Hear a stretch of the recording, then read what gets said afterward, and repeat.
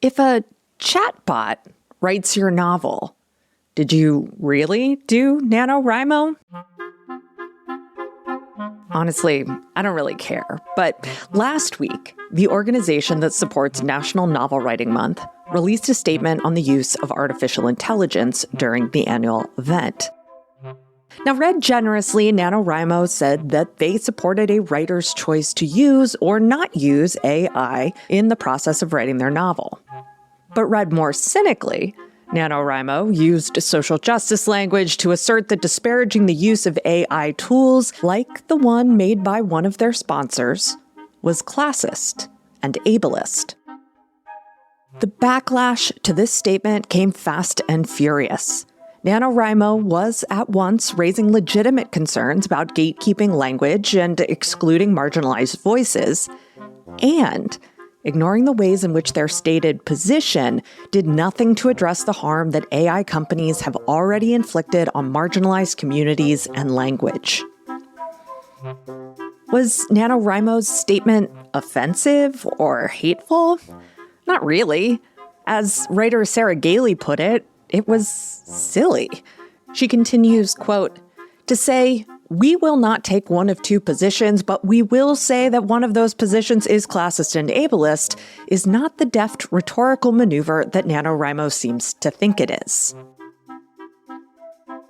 The fact is, there was no pressing need to make a statement about artificial intelligence. If they really felt the need to say something, they could have simply said that they support writers' ability to use whatever tools they find useful, which is essentially what they've edited their position to. After the onslaught of posts explaining all the reasons that opposing AI was neither classist nor ableist, most of the posts turned into memes and jokes about the idea that one might have ChatGPT do your daily word count so that you could claim to have finished NaNoWriMo. Now, I could get into all the reasons that the boosters of artificial intelligence are actually perpetuating classism, ableism, and racism, not to mention environmental degradation. And I might eventually. But I'm actually more interested today in the jokes.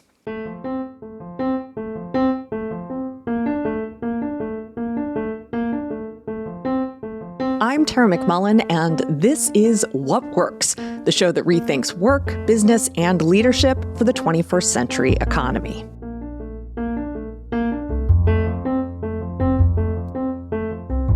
I'll get back to the jokes about NaNoWriMo in a bit. But first, apparently Strava surrogates are a thing? If you're not familiar, Strava is the popular activity tracking tool aimed at runners, cyclists, and triathletes. I use Strava to monitor my training volume, keep track of races I've run, and find new routes when I'm traveling. Strava isn't only an activity tracker, though. It's also a sort of social network. Now, my activity is all publicly available in the feed, but I don't really use the social features that are part of the app's appeal. When you post an activity to Strava, your followers can give you kudos, like likes, or leave comments. If you've just run a big race or posted a new PR, for example, you might receive a rush of kudos, the same as when posting a milestone on any social platform. And it's this social approval that, maybe, motivates some Strava athletes to hire a surrogate to run a race for them. Gasp. This side hustle first seems to have emerged in Indonesia, where there's also been an uptick in running generally, according to Channel News Asia. Following CNA's story, Women's Health spotlighted an American TikToker claiming to be a Strava mule. This is a hard video to make, but I have to confess that for over a year now, I have been a Strava mule. So basically, somebody will pay me to run a race with their Strava account on my phone. I did this with the Brooklyn Mile last year, and that was my mule PR. I track my stats on my watch, and then they get the results on the phone. Sometimes they give me their phone. So like this right here is a mule phone. Now, I can't tell whether that video is satirical or not, and neither can the people in the comments. Which, incidentally, reminds me of a great TikTok video by Lee Stein on why satire is being taken seriously in the social media age. Because social media has a kind of flattening effect about how we talk about anything at all, I've noticed that the tendency to take works of art very earnestly, sincerely, and literally getting worse. It's harder and harder to pick up on irony. For example, most likely, this Strava story is completely blown out of proportion. Aside from the original CNA piece, all of the reporting on this trend amounts to a clickbait game of telephone. But just like with the NaNoWriMo story, the potential for this happening at any scale is plausible enough. At the very least, the social and technological conditions exist to make people believe it might be true.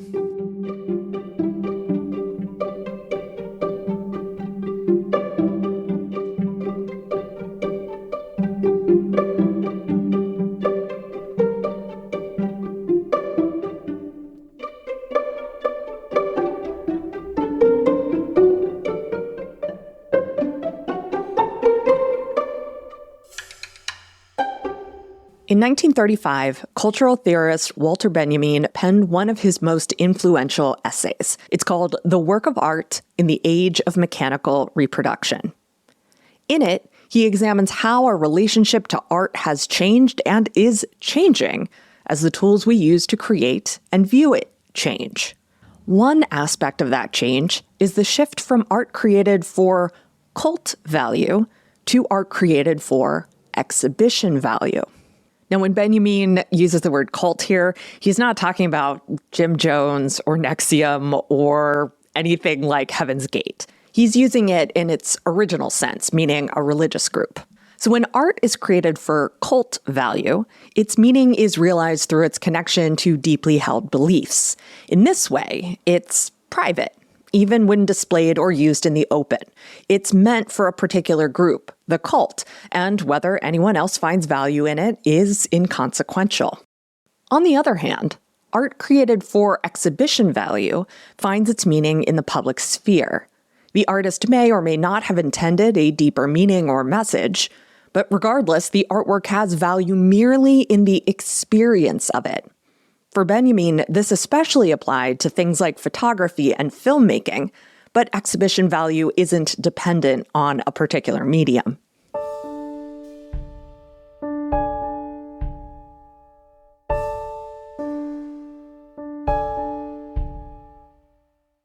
This might be a bit of a stretch, but I invite you to consider NaNoWriMo and Strava as containers for a form of performance art, novel writing and running, respectively. Novel writing and running both have private meaning as works of performance art. They'd have value for the artist regardless of whether anyone ever witnessed the performance. As internet communities, they both create an environment in which the private value of the performance is colored by others in the cult. One might join a NaNoWriMo writing group so that they can share the experience with others who are working toward the same goal. One might participate in a Strava challenge for a similar reason. However, NaNoWriMo and Strava also exist within a larger sociocultural environment. In that sociocultural environment, exhibition value rules. In other words, pics or it didn't happen. More than a decade into the social media era, many of us understand the value of activities in relation to the response they'll garner once posted. The performance of mundane and trivial activities take on exhibition value. In part, building off of Benjamin's arguments, Marshall McLuhan writes, quote, "Environments are not passive wrappings, but are rather active processes, which are invisible. The ground rules, pervasive structure, and overall patterns of environments elude easy perception." In other words, we might not perceive how the environment influences what we post, but that doesn't mean it's not influencing it. So yes, it's absolutely absurd to pay someone to run and post a Strava for you. And yes, it totally defeats the point to ask ChatGPT to fulfill your daily NaNoWriMo word count. But we get caught up in the somewhat panicked irony of it all precisely because there's something true in it. The product of the performance, be it a photograph, a Google Doc, a video, or a red route on a map, has more value in the social capital market than the original performance has. The performance creates a commodity, an object of attention. And in an environment where attention and commodities are fetishized, the product of the performance is immensely valuable.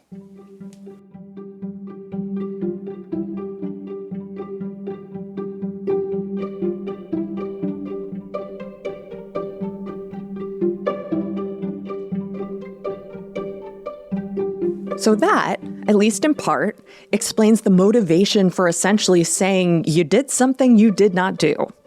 I think it also partially explains why real or feigned, serious or satirical outrage about these trespasses can be so seductive.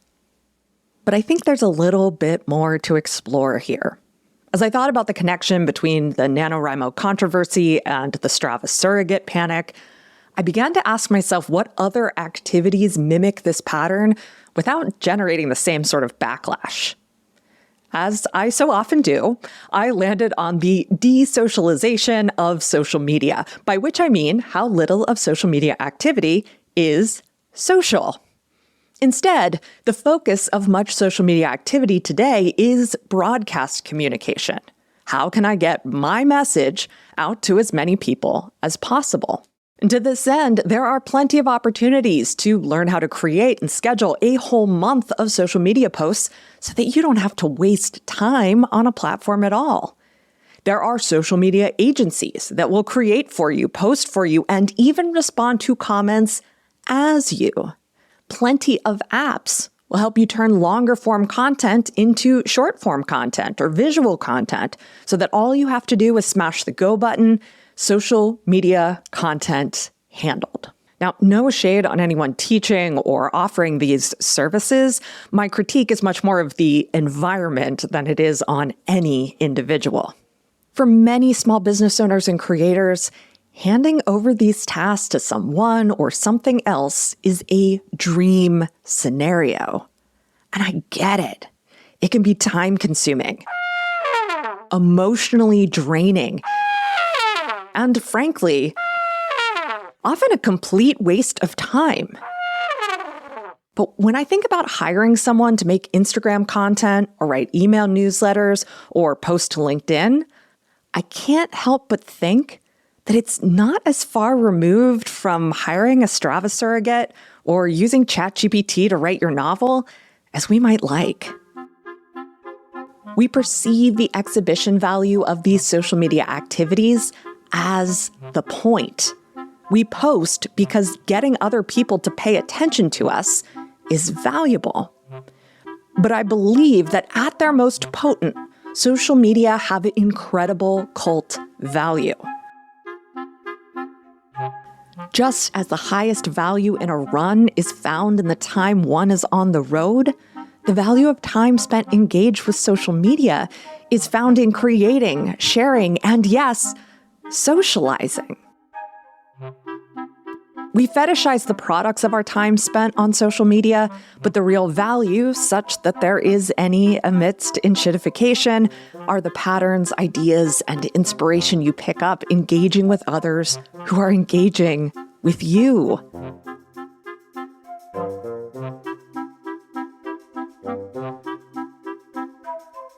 With AI-generated NaNoWriMo novels and faux Strava runs, we know what's lost. We understand the unique value of the ritual in writing your daily 1,500 words or running 5 miles. Even if those are things you have zero interest in, you can undoubtedly see the value in those activities. Therefore, getting someone or something else to do it for you just so you can say you did it is blatantly absurd. But when it comes to the slightly more nuanced things, the things that don't have that obvious intrinsic value, it's harder to identify what's lost. However, that doesn't mean nothing is lost, or that what is lost is inconsequential. So many of the tasks we're eager to delegate or automate have cult value. In a recent essay on AI for The New Yorker, Ted Chiang mused on what it is about art that makes AI incapable of producing it. His thesis is that art requires intentional decision-making, something AI cannot do outside of science fiction stories. It's the inefficiency of being in process that allows the artist to express themselves. Each tiny decision is a valuable ritual, a necessary experience from which the art can emerge.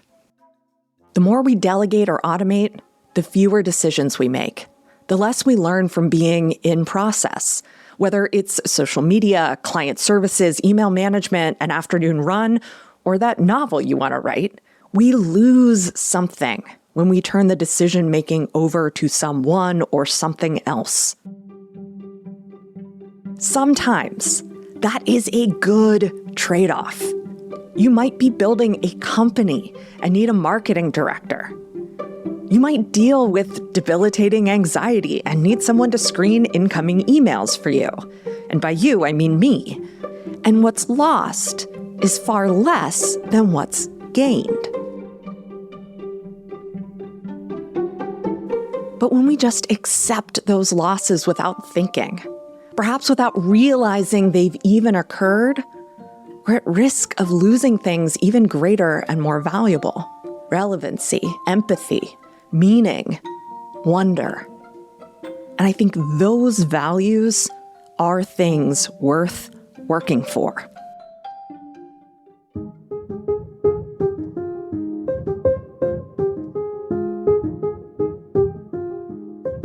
What Works is a production of Yellow House Media, a podcast production agency for people changing the way we think about culture, creativity, leadership, and work. Our production coordinator is Lou Blazer. Our production assistant is Emily Kilduff. This episode was written and edited by me, Tara McMullen.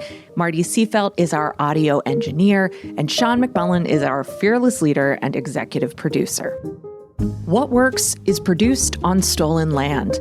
We're grateful to the Susquehannock and Conestoga peoples who stewarded this land for thousands of years before the arrival of white colonists. The Yellow House is on the unceded land of the Ktunaxa Nation and the tribes of the Salish and Kalispel.